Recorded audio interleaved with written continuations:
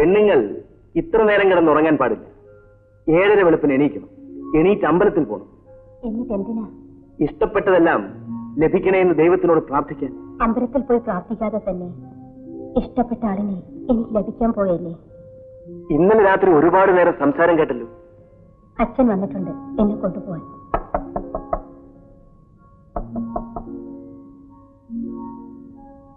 എനിക്കും അല്പം നേരത്തെ പോകണം. ഓഫീസിൽ നിന്ന് വന്നിട്ട് കാണാം.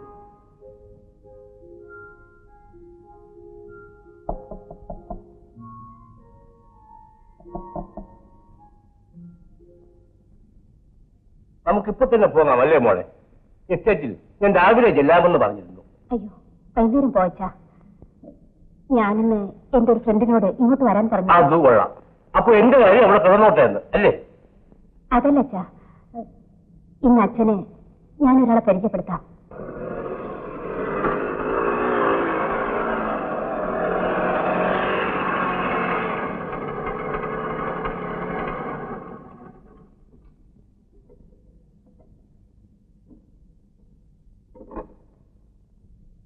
വേണുവേട്ടാ, വേണുവേട്ടാ, ഒന്നിങ്ങോട്ട് വരൂ.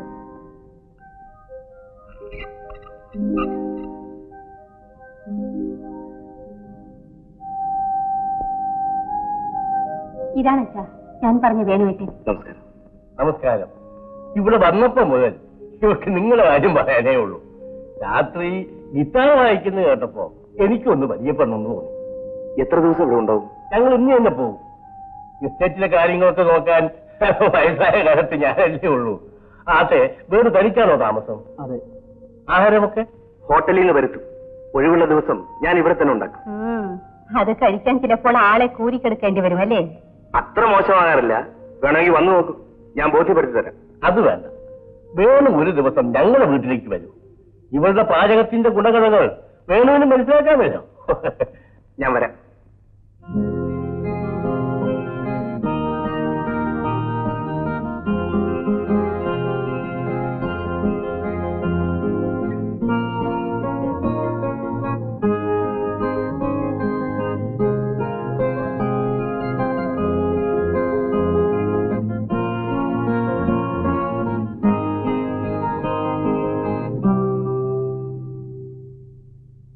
ഉറങ്ങിപ്പോയോ? ഇല്ല. വരൂ, അച്ഛൻ അന്വേഷിക്കുന്നുണ്ടാവും. വിരുന്നുകാരനായി വന്നവൻ മകളുമൊത്ത് ചുറ്റി നടക്കുന്നത് കണ്ടാൽ ആർക്കായാലും വിഷമം തോന്നും. എല്ലാവരും പോലല്ല എന്റെ അച്ഛൻ. എന്റെ ഇഷ്ടത്തേക്കാൾ വലുതായി ഒന്നും അച്ഛനില്ല. ദേവി അച്ഛനെ പറ്റി പറയുമ്പോഴെല്ലാം എനിക്ക് അസൂയ തോന്നാറുണ്ട്. എനിക്കൊരിക്കലും അത്തരത്തിലുള്ളൊരു സ്നേഹം അനുഭവിക്കേണ്ടി വന്നിട്ടില്ല.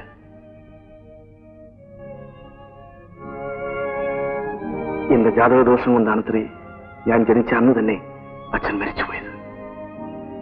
അതുകൊണ്ട് അമ്മയ്ക്ക് പോലും എന്നെ സ്നേഹിക്കാൻ കഴിഞ്ഞില്ല. അതിനെപ്പറ്റി ചിന്തിക്കാനുള്ള സമയമായപ്പോഴേക്കും അമ്മയും പോയി. വിശാലമായ ഈ ലോകത്തിൽ ഞാൻ തനിച്ചായി. തനിച്ചോ? ചുറ്റും ഇത്രയേറെ ആളുകളുള്ളപ്പോഴോ? നിനക്കത് മനസ്സിലാവില്ല ദേവി. സത്യം പറഞ്ഞാൽ നിന്നെ പരിചയപ്പെട്ടതിന് ശേഷമാണ് ജീവിതത്തിൽ എന്തെങ്കിലും ലക്ഷ്യമുണ്ടെന്ന് എനിക്ക് തോന്നി തുടങ്ങിയത്.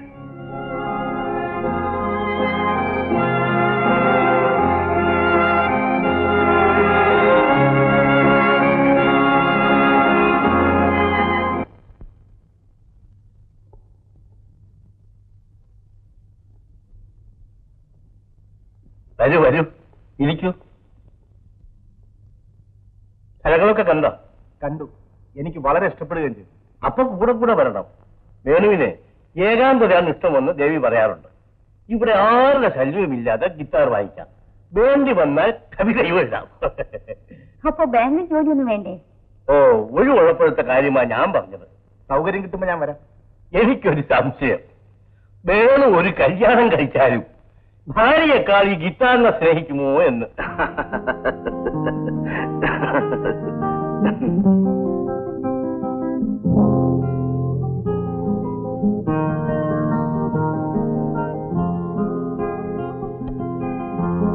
ചേച്ചി ഇന്ന് രാവിലെ മുതലേ കണ്ണാടിയുടെ മുമ്പിലാണല്ലോ. പിറന്നാളിന് പ്രത്യേകിച്ച് ആരെങ്കിലും ക്ഷണിച്ചിട്ടുണ്ടോ? വേണ്ടാത്തെന്തെങ്കിലും പറഞ്ഞവരുണ്ടല്ലോ. ഞാൻ എന്ത് പറഞ്ഞു? ചേച്ചിയുടെ പിറന്നാളിന് കൂട്ടുകാരികളെ ആരെങ്കിലും ക്ഷണിച്ചിട്ടുണ്ടോ എന്നല്ലേ ചോദിച്ചോളൂ. ഇതാ പറഞ്ഞത്. കള്ളത്തിന് മനസ്സിലുണ്ടെങ്കിൽ പിന്നെ അതേ തോന്നുള്ളൂ എന്ന്. നോക്ക്, കുറച്ചൊക്കെ എനിക്ക് മനസ്സിലാകുന്നുണ്ട്. നീ അടുക്കളയിലോട്ടൊന്ന് ചെല്ലേ. അച്ഛൻ അമരത്തുനിന്ന് വന്നാൽ ഉടനെ കാപ്പി ചോദിക്കും. എല്ലാം എടുത്തു വെക്കാൻ പറ. എല്ലാം റെഡിയായി ചേച്ചി. ഏതായാലും ഒന്നുകൂടെ ചെന്ന് നോക്ക്. പോ.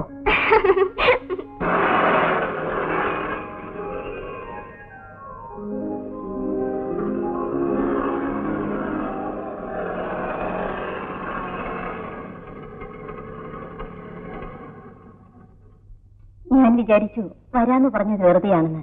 വെറുതെ ഞാൻ അങ്ങനെ എന്തെങ്കിലും നിന്നോട് പറയും? നീ പറയാറുള്ള മ്യൂസിക്കൽ ആൽബം പിറന്നാൾ സമ്മാനമായിരിക്കട്ടെ.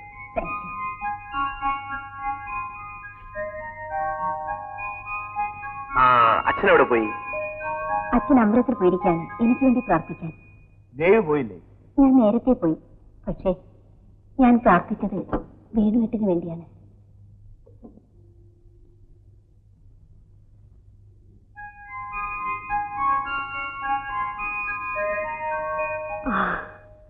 ഇനി ഇതിൽ ഒരു ഫോട്ടോ കൂടി ഒട്ടിച്ചാൽ മതി.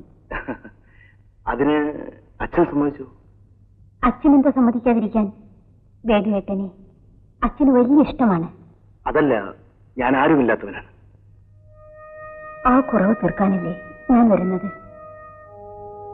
എനിക്കിതാണ് ഇഷ്ടപ്പെടാത്തത്. എന്നും ഒറ്റയ്ക്കാണല്ലോ എന്നീ തോന്നൽ മാറിയാലേ രക്ഷയുള്ളൂ.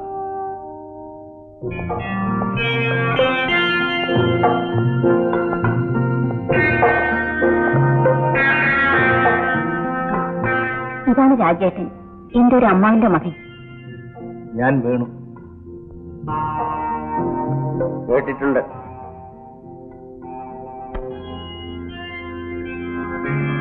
എന്താ പ്രത്യേകിച്ച്? ഞാൻ ദേവിയുടെ അച്ഛനെ കാണാൻ വന്നതാ. ഓഹോ, ഞാൻ ഇവളുടെ പിറന്നാളായതുകൊണ്ട് വന്നതാ. അച്ഛൻ വരാൻ വൈകുമെന്ന് തോന്നുന്നു. വേണുവേട്ടൻ പോയിക്കൊള്ളു. ഞാൻ അച്ഛനോട് ഫോൺ ചെയ്യാൻ പറയാം. ഞാൻ ഇറങ്ങട്ടെ mister Rajan. Cigarette? No thanks.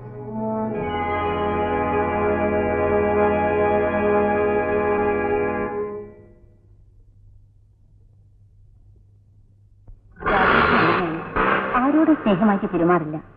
വേണുവേട്ടനെ പറ്റി കേൾക്കുന്നതേ ദേഷ്യമാണ്. സാരമില്ല, ഞാൻ പിന്നെ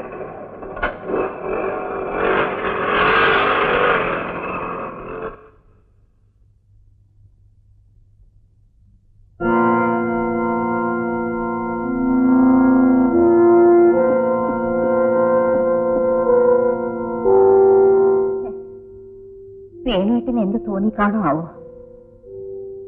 അയാൾക്ക് കേറി വരാൻ കണ്ടൊരു സമയം. എന്നാലും ചേച്ചി എന്തിനാ വേണുവേട്ടനെ പറഞ്ഞയച്ചത്? വഴക്ക് കൂടാൻ തയ്യാറായിട്ട് വന്നിരിക്കാണല്ലോ ഒരുത്തൻ. ശല്യമായി. അമ്മാവിന്റെ മകനാണെന്ന് പറയാൻ തന്നെ എനിക്ക് മടിയായിരുന്നു. രാജേട്ടന്റെ ഉപദ്രവം കുറെ കൂടുന്നുണ്ട്. ഒരു ദിവസം 3-4 കൂട്ടുകാരെയും കൂട്ടി എന്റെ ഹോസ്റ്റലിൽ വന്നിരുന്നു. അവിടെ നിന്ന് പറഞ്ഞേക്കാൻ പെട്ട പാട്. ഞാൻ അച്ഛനോട് പറയാൻ പോവാ, അയാളെ ഇനി ഇങ്ങോട്ട് കയറ്റരുതെന്ന്. സ്വന്തം വീട്ടിലുള്ളത് മുഴുവനും കുടിച്ച് നശിപ്പിച്ചു. ഇപ്പോൾ ബന്ധുക്കൾ അന്വേഷിച്ചിറങ്ങിയിരിക്കുകയാണ് അവനെ കൂടി നശിപ്പിക്കാൻ. കാത്തിരിക്കാൻ ഒരാളുണ്ടാവുക എന്നത് ഒരു സുഖമുള്ള കാര്യമാണ്, അല്ലേ ദേവി? എന്താ ഇപ്പോഴങ്ങനെ തോന്നാൻ? ഇതുവരെ അങ്ങനെ തോന്നേണ്ട കാര്യം ഉണ്ടായിരുന്നില്ല. ഓഫീസ് വിട്ടാൽ കടൽക്കരയിലോ റെസ്റ്റോറന്റിലോ ചെന്നിരുന്ന് സമയം കളയുകയായിരുന്നു പതിവ്. ഇപ്പൊ എന്നെ കാത്തിരിക്കാൻ എന്റെ ഗിറ്റാറിന്റെ ശബ്ദം കേൾക്കാൻ ഒരാളുണ്ടല്ലോ. വേഗം തമാശ കേൾക്കണോ? പണ്ടൊക്കെ വെക്കേഷന് മാത്രമേ ഞാൻ ചെറിയമേരി വീട്ടിൽ വരാറുണ്ടായിരുന്നുള്ളൂ. ഇപ്പോൾ ഒഴിവ് കിട്ടുമ്പോഴൊക്കെ ഇങ്ങോട്ട് പോരും. ചെറിയമ്മയും മകളും വിചാരിക്കുന്നത് അവരോടുള്ള സ്നേഹം കൊണ്ടാണെന്ന.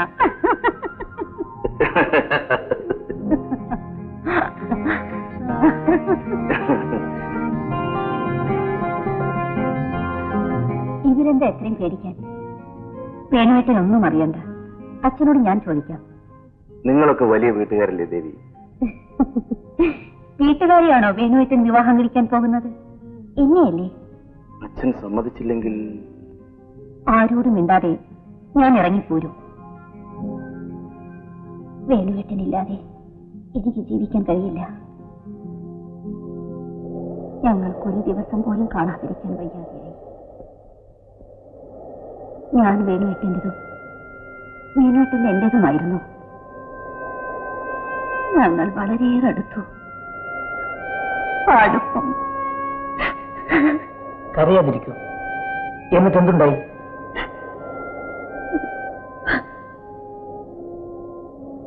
ഞാൻ ഗർഭിണിയായി. വേണുവായതുകൊണ്ട് ഞാൻ ക്ഷമിച്ചു. വേറെ വല്ലവരുമായിരുന്നെങ്കിൽ ഇങ്ങനെ ഒരു മകൾ എനിക്കില്ല എന്ന് ഞാൻ കരുതുമായിരുന്നു. ഏതായാലും ഇനി താമസിപ്പിക്കണ്ട. കഴിയും വേഗം നിങ്ങളുടെ വിവാഹം നടത്താം. വേണുവിനെ ഫോൺ ചെയ്ത് ഇങ്ങോട്ട് വരാൻ പറയും.